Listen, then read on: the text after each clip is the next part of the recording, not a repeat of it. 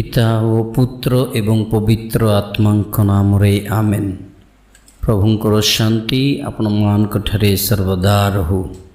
प्रिय बंधुगण, आज आम्भे माने सिएनार साध्वी कैथरीनांक जीवन विषय शिक्षा करिबा। 1347 ख्रीष्टाब्दरे इटालीर उत्तर स्थित उल दायरर बेनिंकासा परिवारर 25तम संतान भावे कैथरीना जन्मग्रहण करथिले। तांकु स्वर्गीय दर्शन दिया जाइथिला एवं से बहुत कम बयसर धार्मिक जीवनर अभ्यास आरंभ करथिले। तांकर 6 वर्ष बेले से रक्षिदूतंक दर्शन लाभ करथिले। 16 वर्ष बयसरे से डोमिनिकान धर्मसंघर तृतीय स्तर रे 3 वर्ष काल से प्रार्थना और ध्यानर निर्जनतारे निज गृह ही बास करथिले। से जीशु, मारिया और साधु साध्वींकर दर्शन लाभ करुथिले।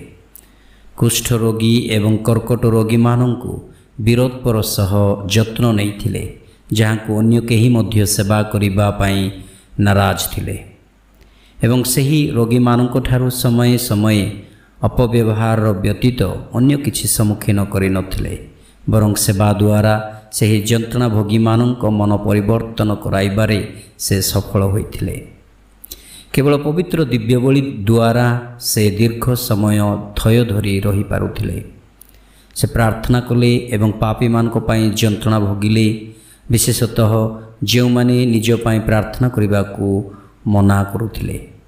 2 जन डोमिनिकान सन्यासी जहांकु से चमत्कार भावरे महामारी आरोग्य करथिले, सेमानकु कैथरीनांक द्वारा ईश्वरंक सह पुनर्मिलित करिबा पई समस्तंकर पाप स्वीकार शुणिबा को पुण्य पिता निर्देश देइथिले एवं एते गुड़िए मामला थिला जे सेमानकर पाप स्वीकार शुणिबा पई सेमानकु दिन राति लागिथिला।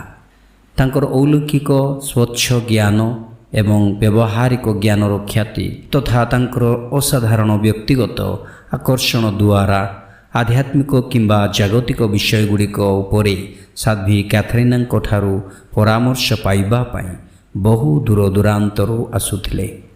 जदिओ प्रायतः अव्याहित भावरे अत्यधिक जंत्रणादायक जंत्रणा भोगुथिले मध्य से विकिरणशील सुख एवं पवित्र आनंदर आत्मा को ह्रास करि नथिले। 28 वर्ष बयसरे से प्रभुंक पवित्र पंचक्षत लाभ करथिले, किंतु तांक विनीत निवेदन को दृष्टि रखी सेगुड़िक बाह्ୟରେ अदृश्य होई रहिले। तांको समय रे राजनैतिक समस्यार शांति आनिबाकू गभीर भाव रे आग्रह प्रकाश करी से पुण्य पितांक सहित राजकुमार मानंक सहित एवं प्रत्येक स्थान रे थिबा प्रतिष्ठित पुरुष एवं महिला मानंक सहित जोगाजोग करिथिले। पुण्य पितांक द्वारा प्रदत्त निषेधाज्ञा पाई फ्लोरेंस कैथरीनांक मध्यस्थता भिक्षा करिथिले एवं एही मिशन आभिग्नन रो पुण्य पितांक अदालत को पहुँचाइबा पाई तांको 6 मास लागिथिला। सेठारे पुण्य पिता ग्रेगोरी एकादशंकु 1377 मसीहारे रोम को फेरिबा को प्रवर्ताइबारे से प्रमुख भूमिका ग्रहण करथिले एवं तांको उत्तराधिकारींक अनुरोध क्रमे से तांकर शेष 6 वर्ष अनंत सहर रे बिताइथिले।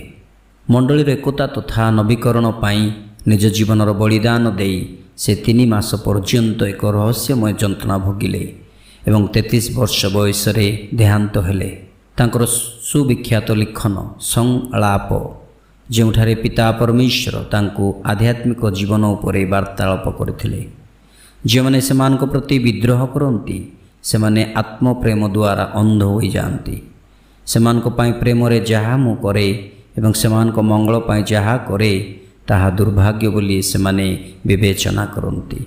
सिएनार साध्वी कैथरीना इटालीर इष्ट साध्वी अटंती एवं अग्नि महामारी तथा मुंडबिंधा समय रे एही साध्वी को स्मरण करा जाय थाए। मनोचिंतन।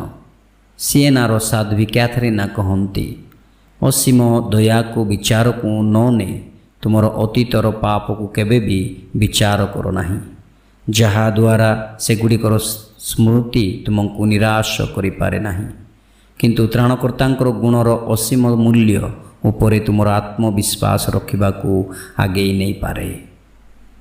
धन्यवाद।